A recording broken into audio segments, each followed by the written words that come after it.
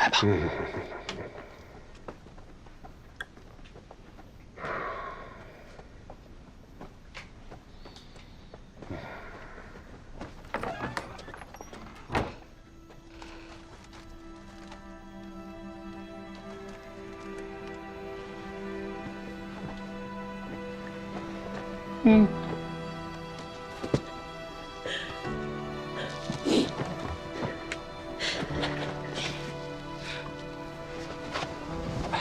先生，这就是李成将军一梅现在的夫婿。你莫恼，莫恼。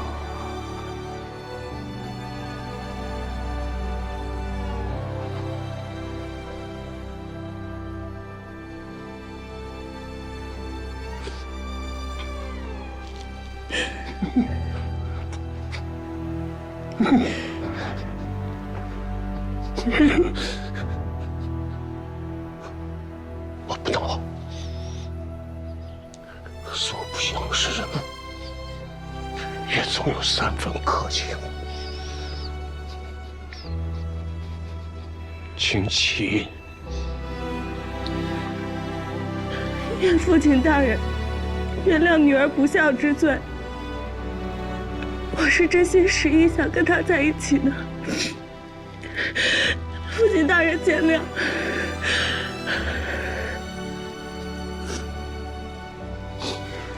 你们在一起的时候也没有告诉过我，何须我来原谅？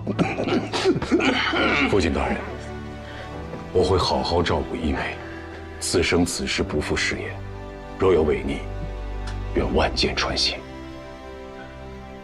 望父亲大人放心，保重身体。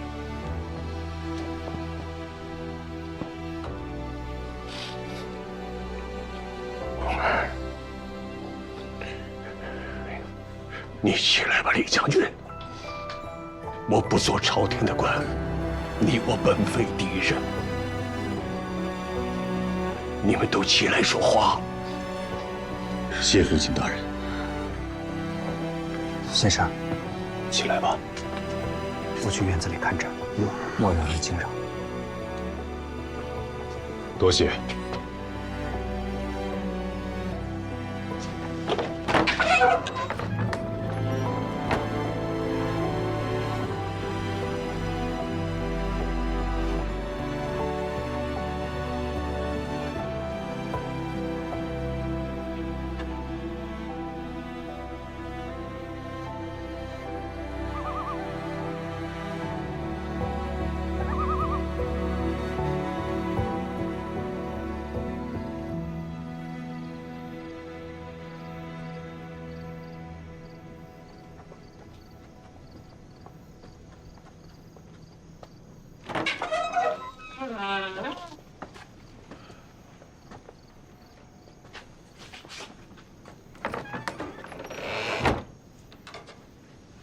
先生怎么样了？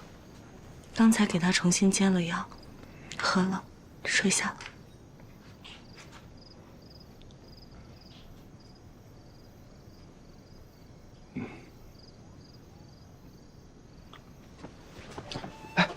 你这是何意？虎兄，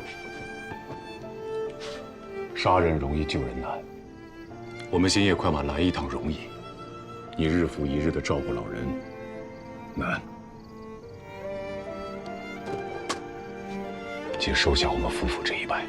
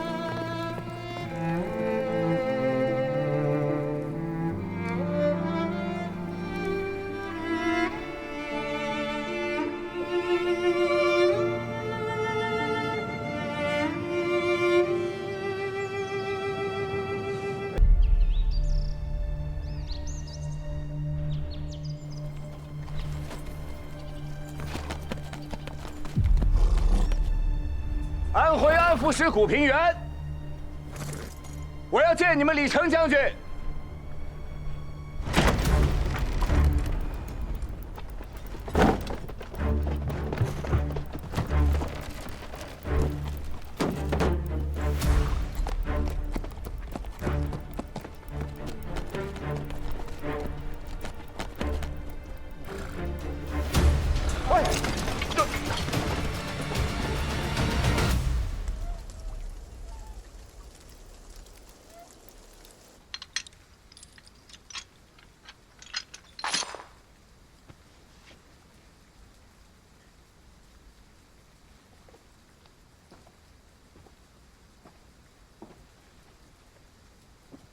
一梅，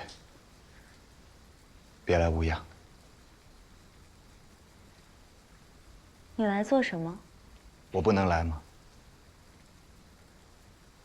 我竟然都不知道你已经做了安抚使。沧海浮生，谁能确保自己明天扮演谁啊？昨天还是白衣梅，今天不是正在演王妃吗？斗嘴我还真是赢不了你。说吧，你来干嘛？说完了赶紧走，这儿是微城。我要找李成。他忙于军务，不会见你的。没别的事儿就走了。你们还有什么军务？现在合肥城里已经饥不择食，你们现在不逃更待何时？想拖着全城的百姓一起死啊？你还真是处处替着朝廷说话。一梅，做了王妃，心肠也变硬了，要那么多人陪葬啊？你何苦为难我？不是为难，我是求你，哪怕你们自己要走断头路，放过全合肥城的百姓，给他们留点福气。白老先生若看到你现在这样，得多难过。苦大哥，你不能那么说我。便是我想走，我也做不了这个主。这是怎么了？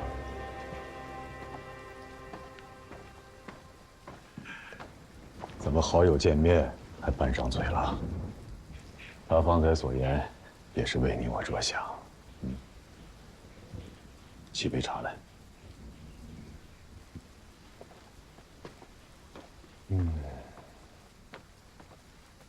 请。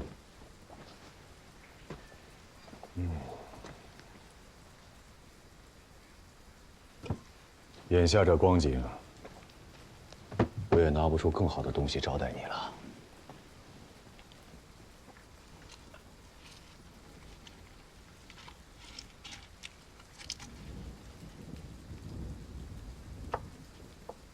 你们现在就吃这个？这可是好东西啊！王府先后的花园我都给扒了，种了好些花生。我还没请教，现在我该称呼你古兄，还是古大人？就叫古平原。是我小气了，给古兄赔罪。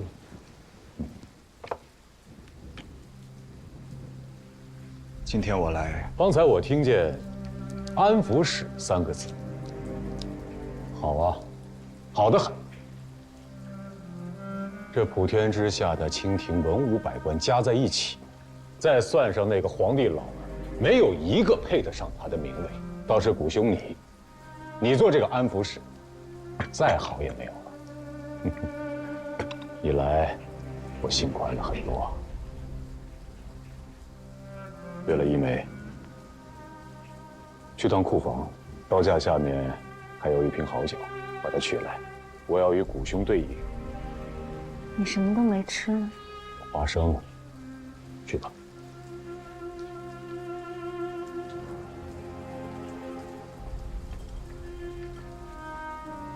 合肥城眼下的光景，古兄有什么要教导我的？如今的合肥城被围了3面，你为什么不撤？过了长江就是金陵。看来谷兄真是为官不久。是。退出合肥，去哪儿？浙江。朝廷的军队虎视眈眈。苏州，只怕我那些老兄弟们不答应。去金陵。金陵城外南北大营几十万人，我就算拼死冲入金陵，和老兄弟们坐在一起，只怕我的结局会更惨。为何？你可知金陵城如今的境况？不知。老兄弟们同时操戈，危亡只在数日之间。死期将近了。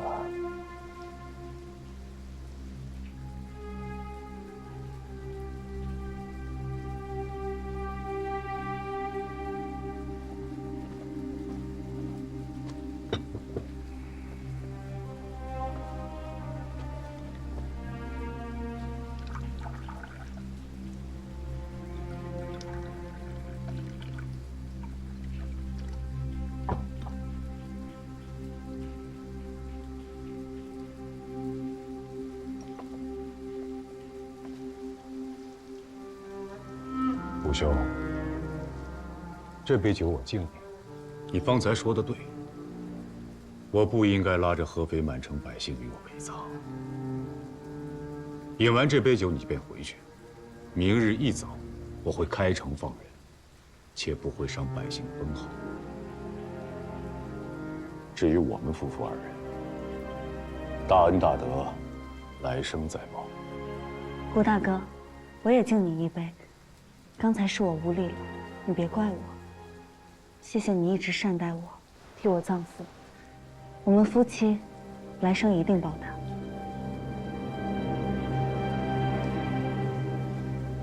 好啊，一个效忠，一个殉情。你们考虑过其他人吗？你所指何人？你的那些兄弟们。你想说什么？他们可没做过王爷。没住过你那么大的府邸，他们现在正在吃什么？我看他们未必愿意陪着你一起死。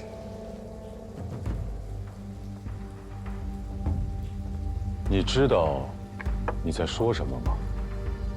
大家都是人生父母养的，但凡有一口饱饭吃，谁愿意造反？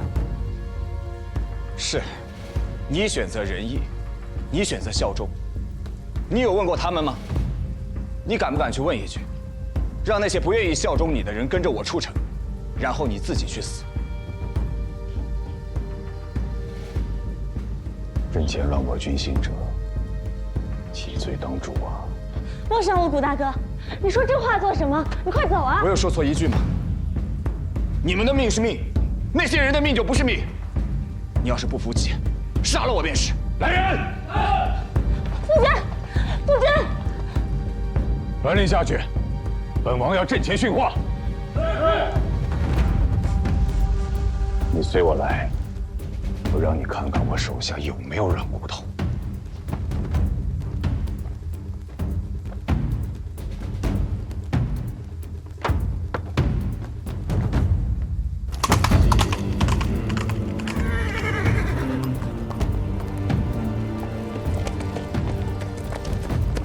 天兵将士，天兵将士，天兵将士。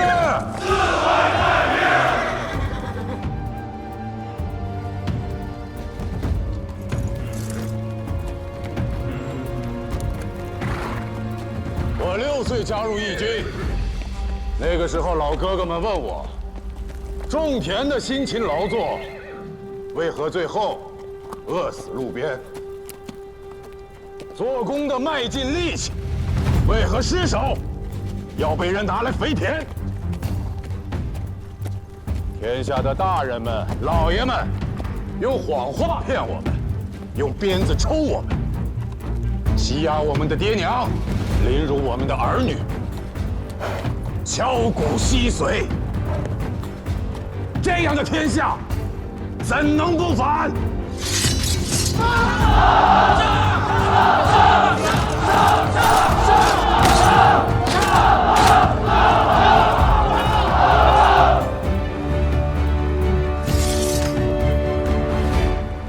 你们中间好些人是从广西出来的老兄弟，还有一些是这1、2年跟上来的。如今我们被困在这合肥城里，无路可走。大战在即，我不强求。愿意留下的，吃掉剩下的粮食，磨块刀剑。升天之后，我们接着做兄弟。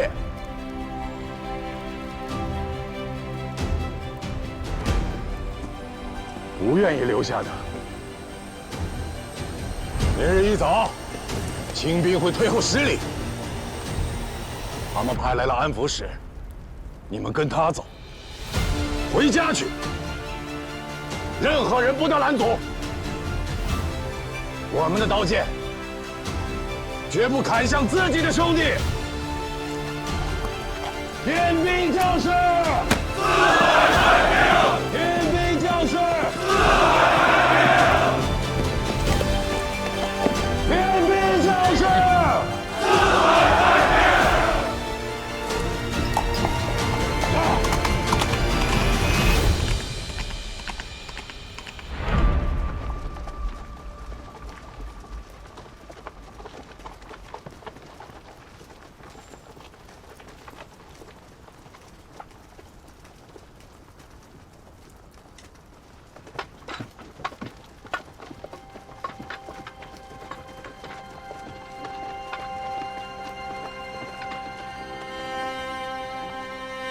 这下你满意了吧？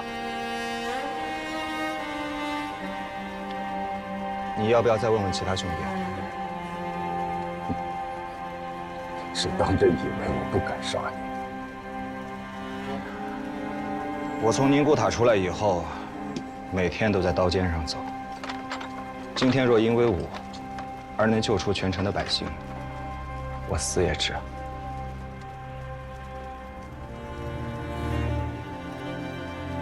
你看这些百姓，等战争过后，他们都是没了地的农民。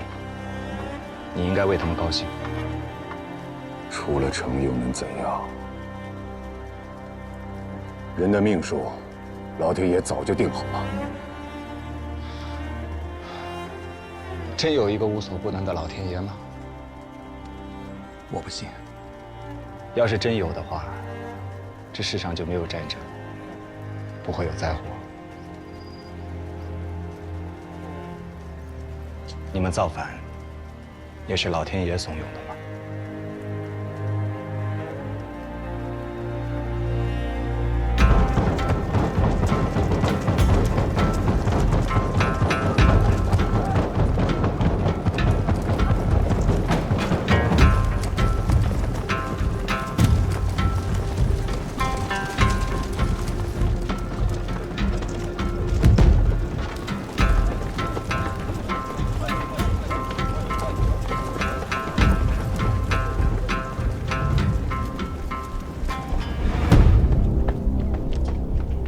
大人，请谷先生。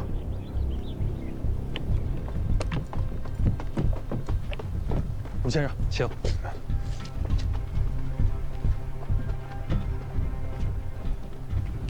谷先生为国效劳，舍生入死，辛苦。不敢，这些兄弟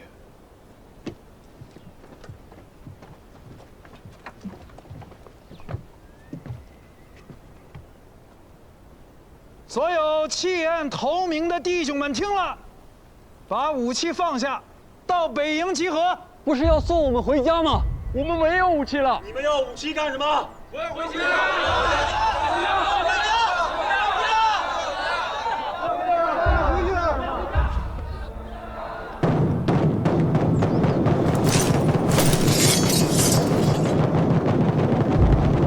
大人，不可！急什么，谷先生？他们既然已经投降，那就还是我大清的子民，你不能这样。你误会了。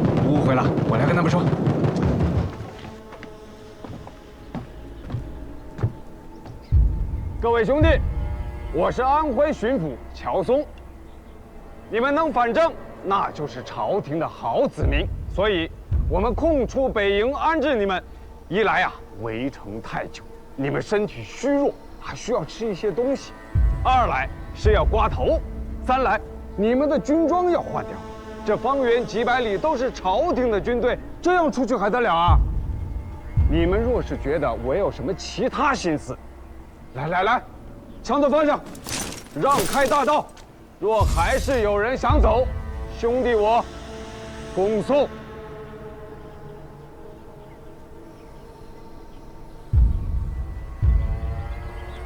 走吧，兄弟们，饭都准备好了，水也烧开了。吃了饭，你们洗澡刮头，明天上路都有路钱吧。走吧，走吧，走。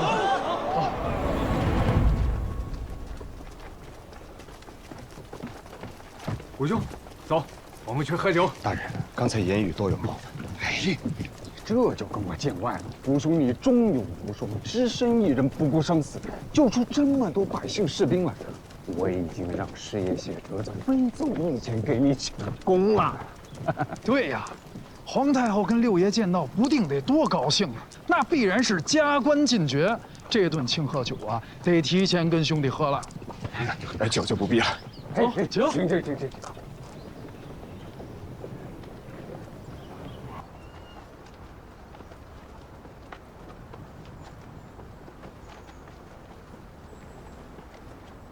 王爷，谁让王妃上来的？莫怪他们，是我执意要来的。都站远点。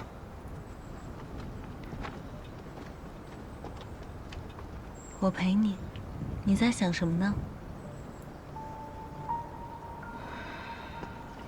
我在想，如果没有打仗，我们夫妇二人站在这城楼上看风景，那该多好。若是没有战争，你还在广西挖煤呢，我可见不到你。是啊，兴许你早就嫁给那古平原了。怎么，你还在生他的气？大丈夫恩怨分明，他与你有恩，就算对我有所冒犯，我也不会计较。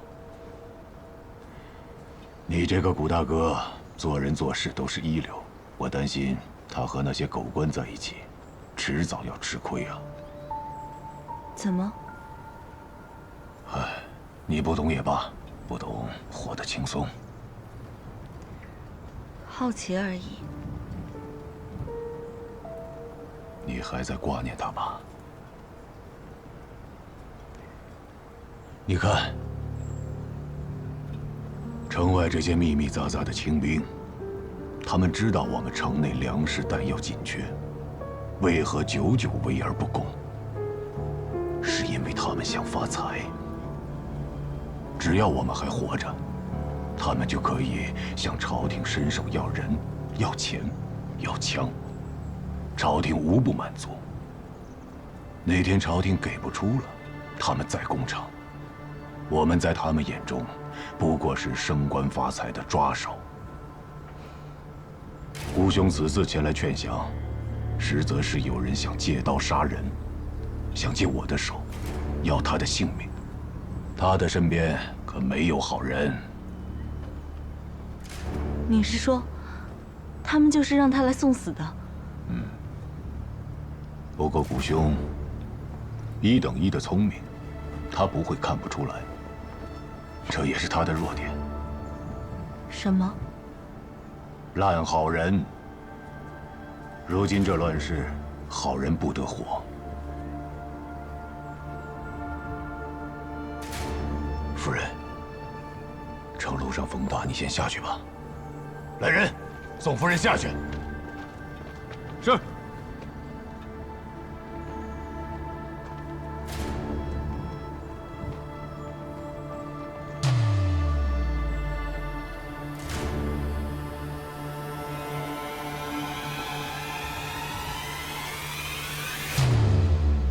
要攻城了。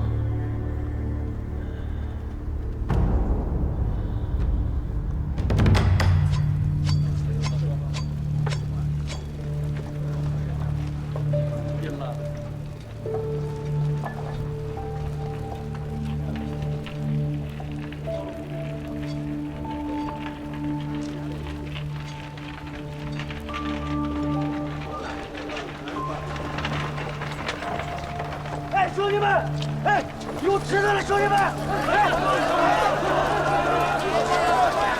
别着急，这边还有炒菜呢啊，还有酒。别着急，别着急。给我一个，给我一个。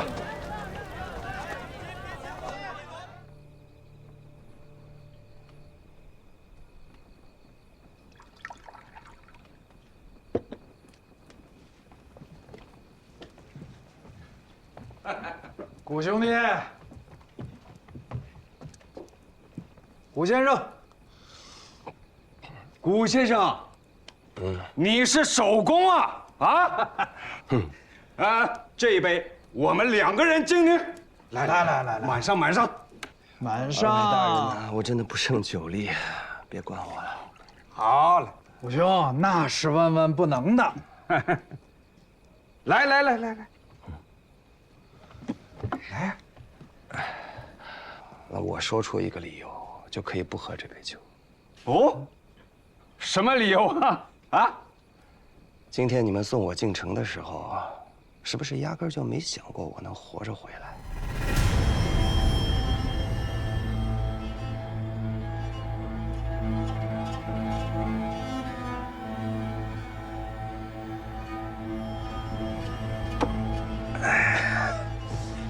古先生，这话从何说起啊？我何德何能当这个安抚使啊？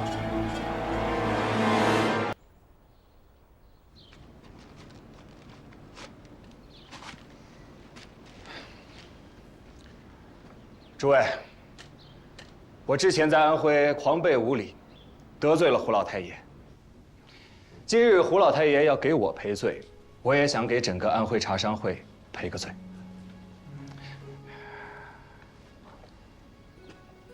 老太爷光风霁月，我心中佩服得很。之前种种得罪，咱们就给他翻篇过去，以后谁也不要再提了。只是这天下第一茶的金字招牌，是我们安徽的，不是我一个人的。这招牌理应挂在安徽茶商会里头。这是我送给老太爷的第一份礼。这第2份礼，是我家蓝雪茶的配方，还请胡老太爷务必收下，抄写好，分配给安徽各个茶商。顾先生，这份礼太重了，便是千金万金也难买啊！你要是不说明白了，我可不敢接。这蓝雪茶的名声现在已经传出去了，但是仅凭我和我兄弟2人，加上家里的那几10亩薄田，1年能种出多少啊？我就怕到了以后，市面上出来很多牛头马面的假货，毁了这茶的名声，那可是安徽茶商会的过失啊。所以胡老太爷，这配方无论如何，你得收好。这说的我都没有回旋余地了。顾先生您放心，要是顾家的蓝雪茶能大行天下的话，那便是顾先生的功劳。安徽茶商会愿听您调遣。哎，这个位子我可做不了。我这个人嘛，耐不了烦，清闲惯了，守着家里的茶园，逍遥自在，挺好的。这个位置还得您来主持。顾先生是自谦之词，绝不是自谦。如今兵荒马乱，安徽几10万茶农苦不堪言。我在想，这蓝雪茶或许就是我们的一线生机。只要我们能把这个茶给推广出去，茶叶卖得好了，安徽的老百姓日子也能过得舒服些。这可是安徽茶商会的功德呀。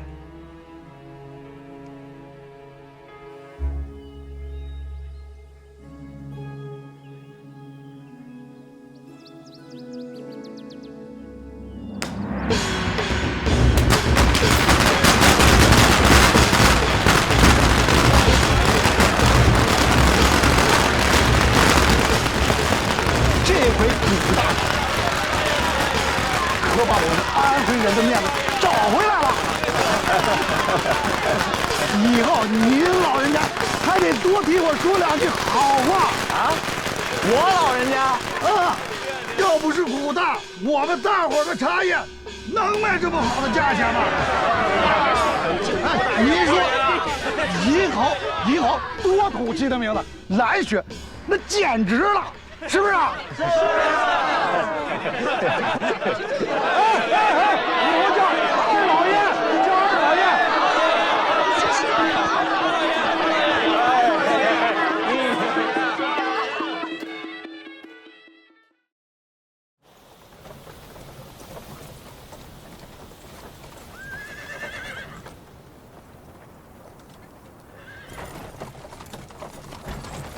行军路上最是无聊啊，我早早的就预备下了。哎，顾兄弟，那些安徽茶商们是怎么向你磕头认罪的？不可与他们善罢甘休。哎，想想也是自己年轻，非要做什么蓝雪茶，怨不得他们。哎，这是你命好，这天底下有谁能一出门就遇到圣母皇太后？又有谁能得了圣母皇太后的青睐，一鱼之下，点石成金呢？你到王爷贵族府怎么来着？没办法，圣母皇太后那块匾把他给压住了。当初大人要我饮宴，也是圣母皇太后的意思吧？这是自然。不过啊，我也不白沾顾兄弟的光。合肥城打下来，功劳你我一人一半。哪怕把满城的人都杀光，我也在所不惜。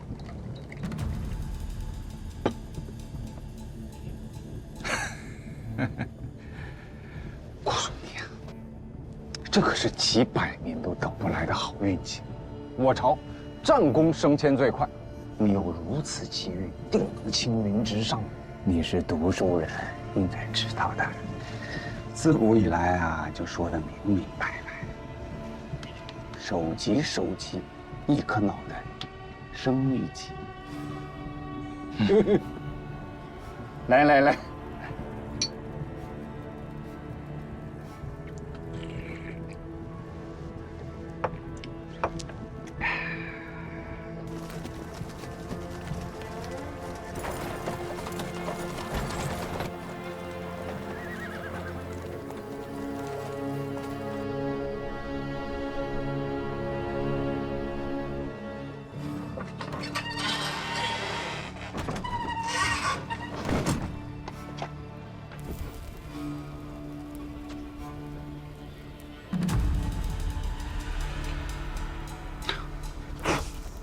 苏小姐，哎，你最好别出去，这外面都是我的人，没我的命令，陡然接人出来，你脑袋就没了。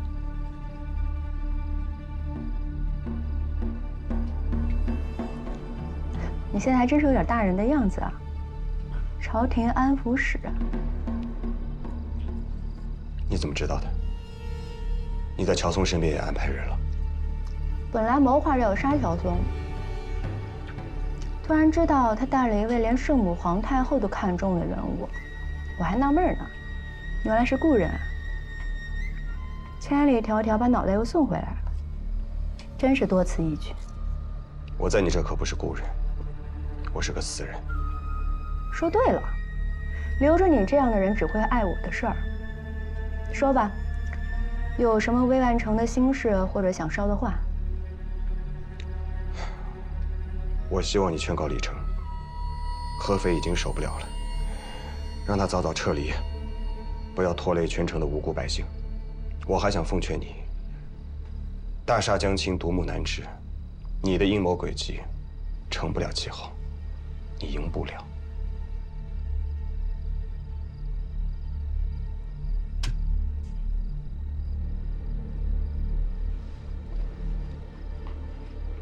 你还是改不了牙尖舌利的毛病。不怕死吗？怕。你不怕吗？既然之前我坏了你的好事，你又差点整死我，那咱俩算是扯平了，可以谈笔生意了。没想到你还是个生意人。我要全合肥城无辜的百姓都平安的活下来。这个生意能不能做？你去告诉李成，如今合肥已经被围了3面，他还有一线生机。英雄无奈是多情，还惦记着白小姐呢。我不是为了白小姐，我是为了河城百姓。大丈夫当为则为，你太小看我了。你让他撤，他撤去哪儿？金莲城下有朝廷的南北2个大营，浙江一带也有军队。至于苏州，还得看那边的王爷接不接纳他。所以我们要通力合作，你帮他谋划一条退路，需要我做什么的，我定当尽力。想不到你还敢这么跟我说话。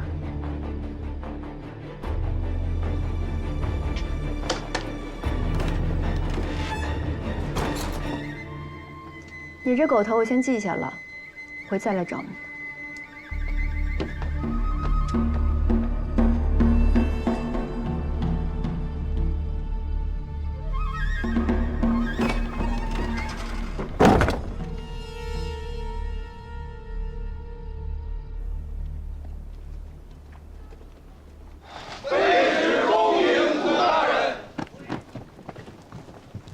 狗兄弟啊，像我一样。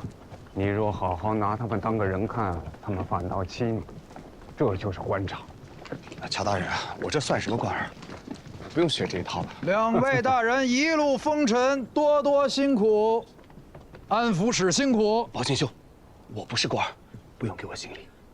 那个不然，古先生是安抚使，乃圣母皇太后简拔，不知道比我这5官4品要高到哪里去了。朝廷体制怎敢破例？来，请，酒菜早就预备好了。奏乐。来，诸位，咱们敬乔大人一杯。乔大人一到，如日出东方，妖邪遁去。围城那么久，今儿可看见曙光了。安抚使大人到了，当地百姓犹如父母再生。光是万民旗、万民伞，多的都数不过来。圣母皇太后破格提拔您，再合适不过了。我们也敬您一杯。稍等，什么万民旗、万民伞呢？我什么都没做啊，怎么会有这些？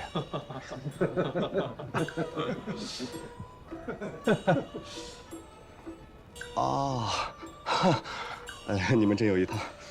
这个是自然要早早备下的，难道还真等那些草民们送啊？宝清兄啊，但是我有一事不明，还想请教您一下。安抚使，请吩咐。我听说合肥就要断粮了，你们打算什么时候攻城啊？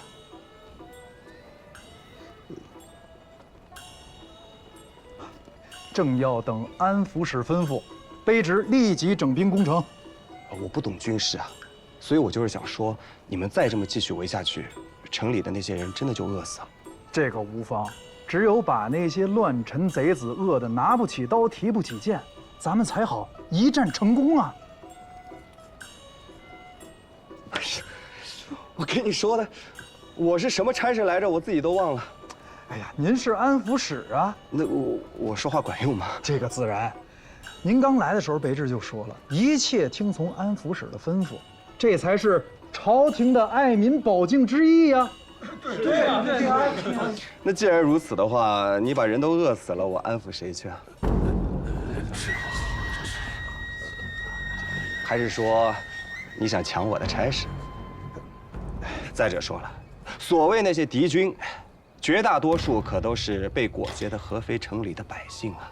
要是都被你们活活饿死了，或是死在你们的刀剑之下，那是不是有悖于圣母皇太后的圣德呢？这个问题，你们有没有好好想过？哎呀，古兄弟啊，你这句话我最是佩服啊！哎，我看把他们饿得也差不多了，咱们该进攻就进攻吧。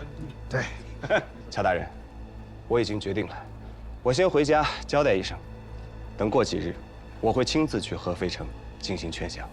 这个不行，您要是有一点闪失，卑职有几个脑袋也赔不起啊。您放心，等这场仗打完，一定给您续军功，授个实职。秦兄，你怎么说完了就忘了？一切听从安抚使吩咐，这可是朝廷安民保境之意呀！啊？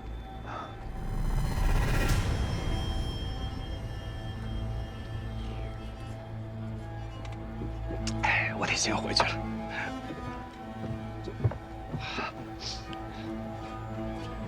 卑职恭送安抚使。卑职恭送安抚使。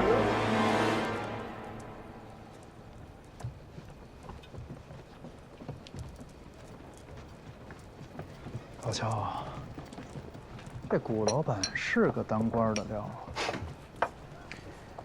让你说话那么不小心，我哪知道啊？他倒学得快，三言两语竟让我没词儿了。莫小看了他，这种人啊，我们还是捧着的好。你到皇太后为何突然凭空给他个安抚使做？为什么？皇太后早就对六王爷不满意了，你我都是王爷的人，所以给他一个安抚使的虚职。虽说是虚职，他说话你要敢不听，那就是个事儿。还有，这个人务必给我把他留在这儿。为何？立了功算谁的？这若是闯了祸呢，算谁的呀？高见。不过有一件事儿我还想不明白，既然咱们好好捧着他，白送他个功劳，他还非去城中劝降，那是死路一条，为什么不拦他呀？你拦了吗？我拦了呀。然后呢？拦不住啊。那他自己要去寻死啊！没办法呀。安抚使，安抚使，那就是他的正事。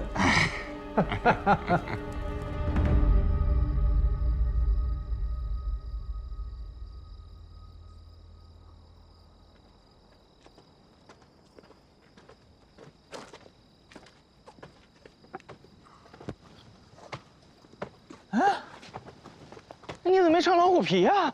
我等你半宿，我就想看你穿老虎皮呢。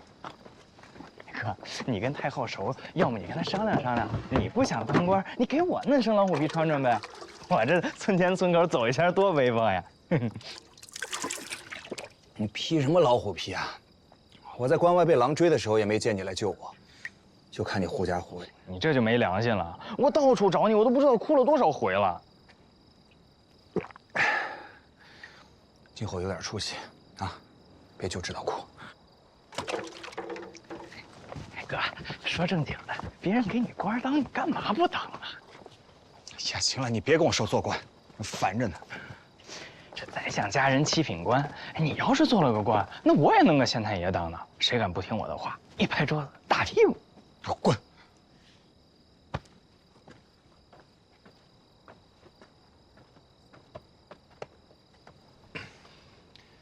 娘，我回来了。您要是歇息了，我明早再来请安。进来吧。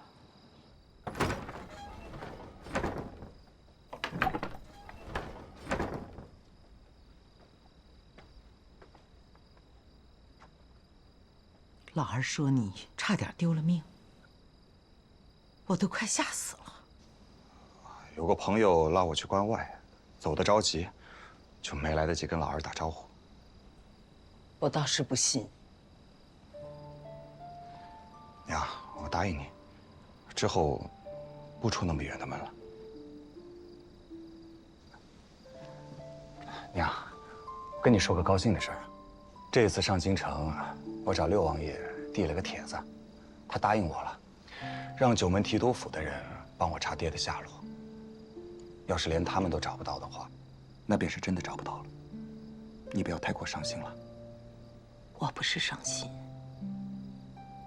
我是心里面总有那么一丝念想，我就觉得他好像在哪里还活着。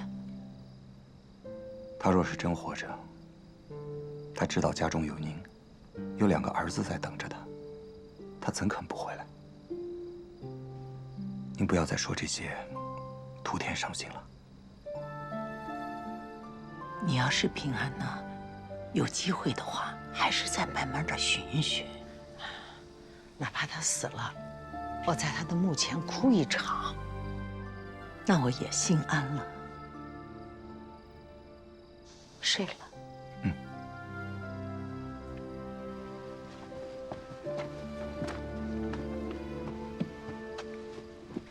今夜我哪儿都不去了，我就在这儿守着你。你好好睡。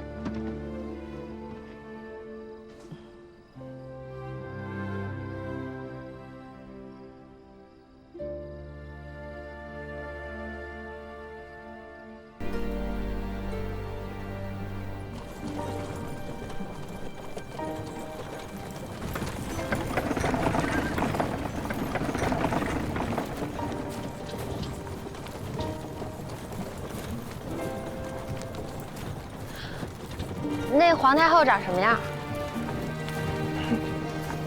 还不是一个鼻子两个眼，正常人的模样。我不信，你骗人。真的，我见她的时候也不知道她是皇太后啊。没你好看。那一梅姐姐呢？谁更美一些？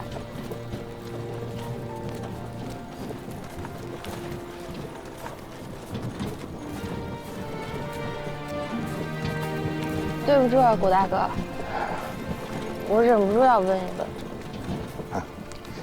没事儿，她好不好看，跟我都没关系。她选择了自己的路，不过有时候想想，还挺羡慕她的。为何？那条路她认为对，就那么走了。人这辈子，不狂一次对不住自己。谷大哥，这是英雄好汉的话。我被人整成这个样子，还英雄好汉呢。你呢？还是跟四爷在跑马？对。嗯。没成想，到京师听说你也在。哎，李钦让我告诉你，让你莫去京师了，说那儿人对你不好。不去京师，我那么多枪卖给谁？这天底下除了你和常四爷，没几个是真的对我好。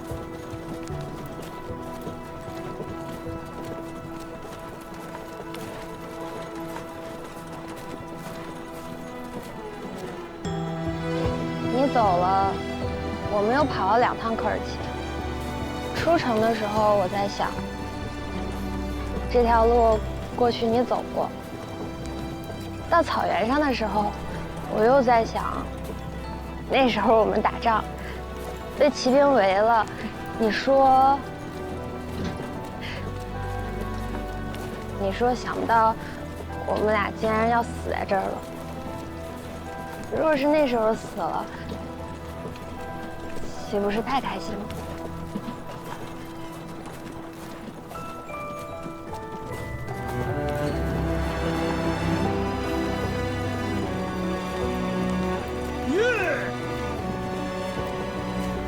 前面就是宁古塔城了，你我要不要故地重游啊？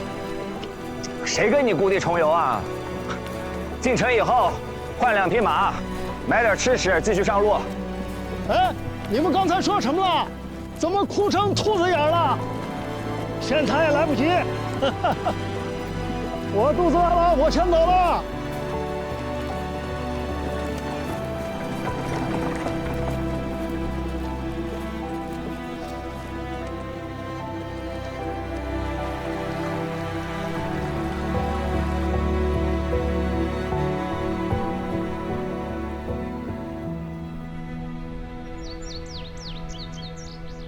郭兄弟，我和玉儿就不入京城了。这条道直入山西，快捷得很。四爷您忘了，我和您走过一回。正是。哎，天下没有不散的宴席，咱们就此作别。四爷。哎。你这是干什么？起来，使不得！听我说，千里将就，万古高义。一个谢字，太轻了。哎呀，快起来，快起来！你这个人什么都好，就是偶尔说几句斯文的话，我实在是受不得。我们父女蒙你的恩，这次算是还上了一点儿，反倒是我们应该说谢才对啊。好了，少年子弟江湖老，下次相见不知何时了。爹，这些三文甲簇的词儿你也学不少。跟古兄弟相识这么久，没有长进能成吗？你们好好道个别，我在前面等你。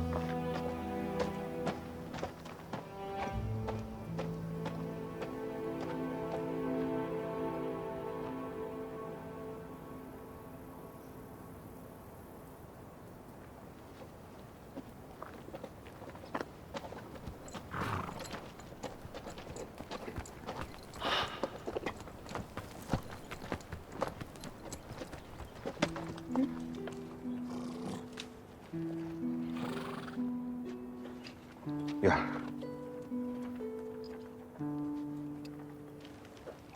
我会时时想着你的。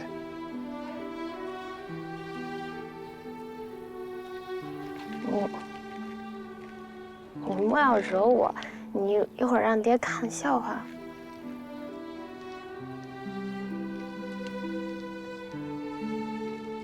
哎，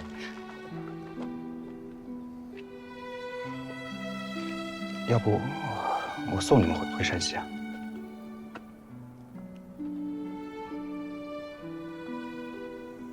算了吧，就算到了山西，你不还是要走吗？我再也不想过这种求太阳、求月亮的日子了。什么叫求太阳、求月亮？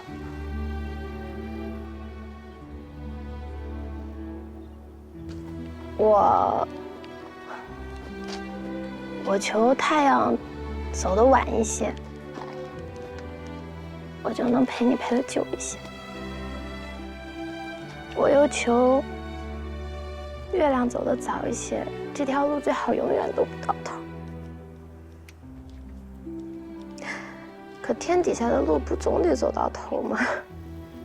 到头了，不就要分手了？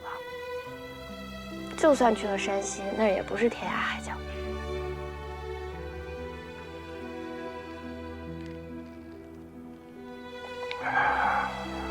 月儿，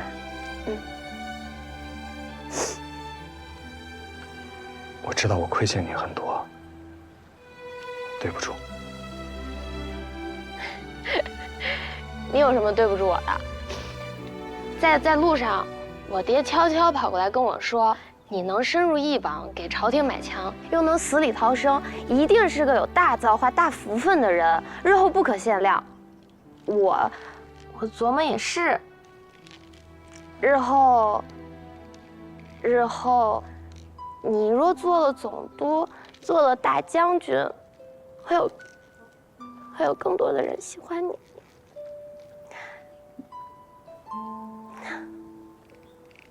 那还能天天跟我陪不是？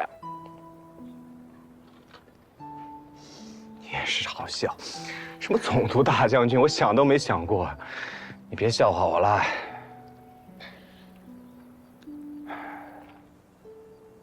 世间男女无非如此，既入江湖内，便是苦命人。若是能落个刻骨铭心，这是我修了极世的福分。我要是再不知足，老天爷都要怪我不识抬举了，是不是？胡大哥，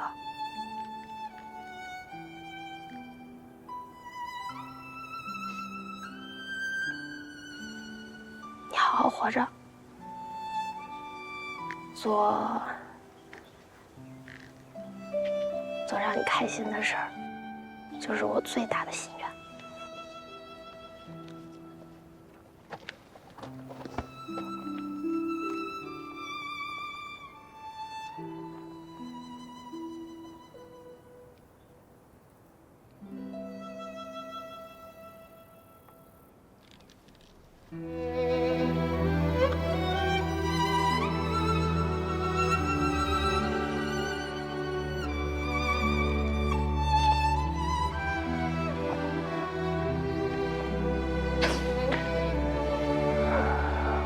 想跟你说，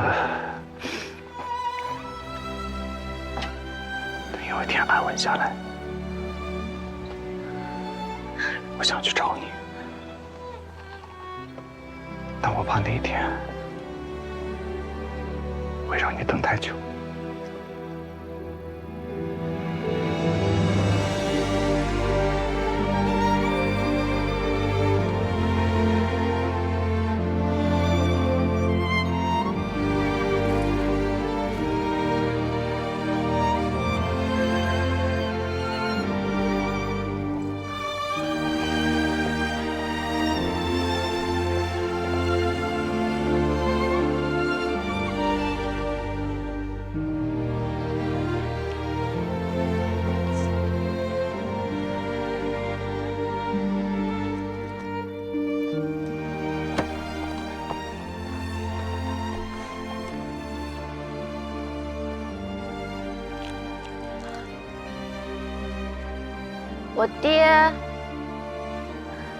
我爹刚刚不是说了吗？少年子弟江湖老，若要找我，快一点。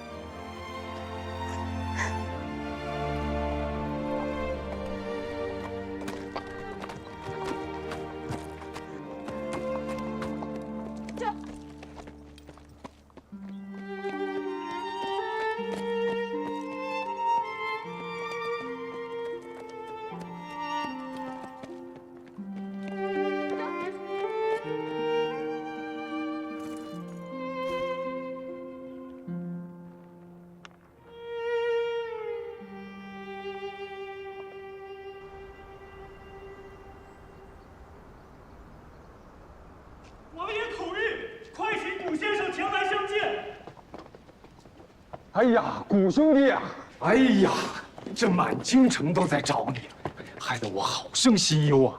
来来来，快经过王爷，就算是了不得的客人，王爷也没有跑到门口来迎过呀。王爷，前来，前来，前来。你不是官，咱们就以平辈论处。你刚一进城，我就听说了，这车上装的就是洋枪。正是，王爷。我看看。古兄弟啊，你一路舟车劳顿，辛苦了。多谢王爷，不辛苦。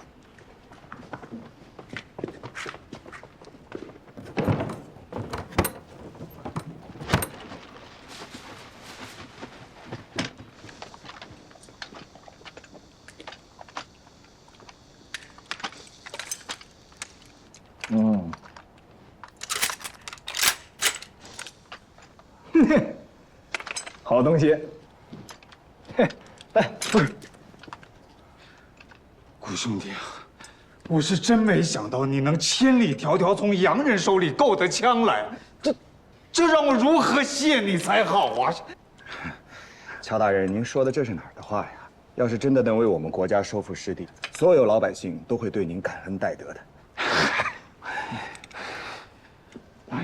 古兄弟，这枪打上朝廷的火心，先送到西北军区站，让弟兄们古兄弟啊，对让人夺了去。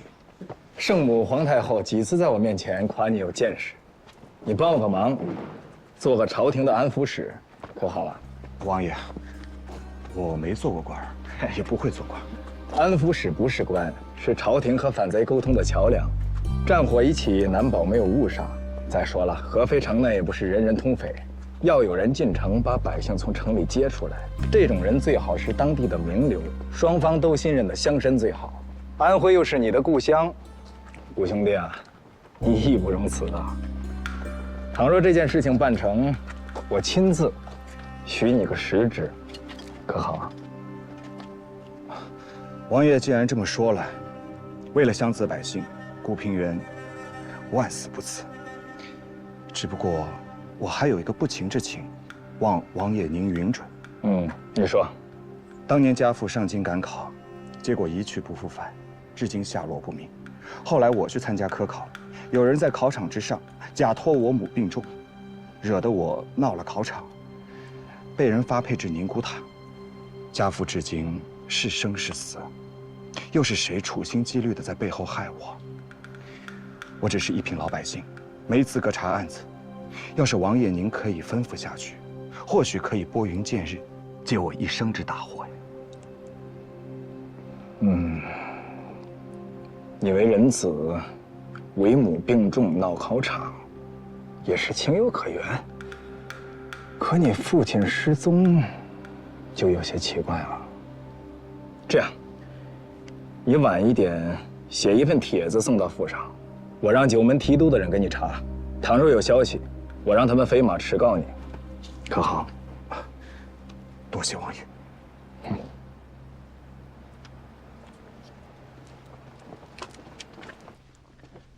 合肥守将李成如此凶悍，就算大势已去，还能顽抗？我给你看个物件，你道这是什么？这是合肥城。城外这2座山露营，不知道死了多少人才拿下来。我已经派人把西洋大炮运送到山顶，他不投降，咱们就自上而下，冲着他的王爷府轰。那要这么打下去，全城的百姓不都被轰死了？武兄是仁者之心呐，这些百姓历来也没有人爱惜。谷兄，你看，我只围了3面，留出1面来。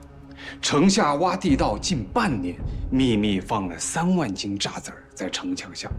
现在兵强马壮，可保一战必胜。李成他们肯撤走吗？这是个悍将，已经围困了这么久，这城里都开始吃老鼠了，竟然还能屹立不倒，士气不减。也不知道是用了什么邪咒啊，已经开始吃老鼠了。慈不掌兵，这种人，10万8万的在他眼前死去，他都不在乎。他刚被封了王爷，不多守些日子，也对不住他头上的顶戴啊。此为做官之法第1条，头上顶戴，均为百姓血染成啊。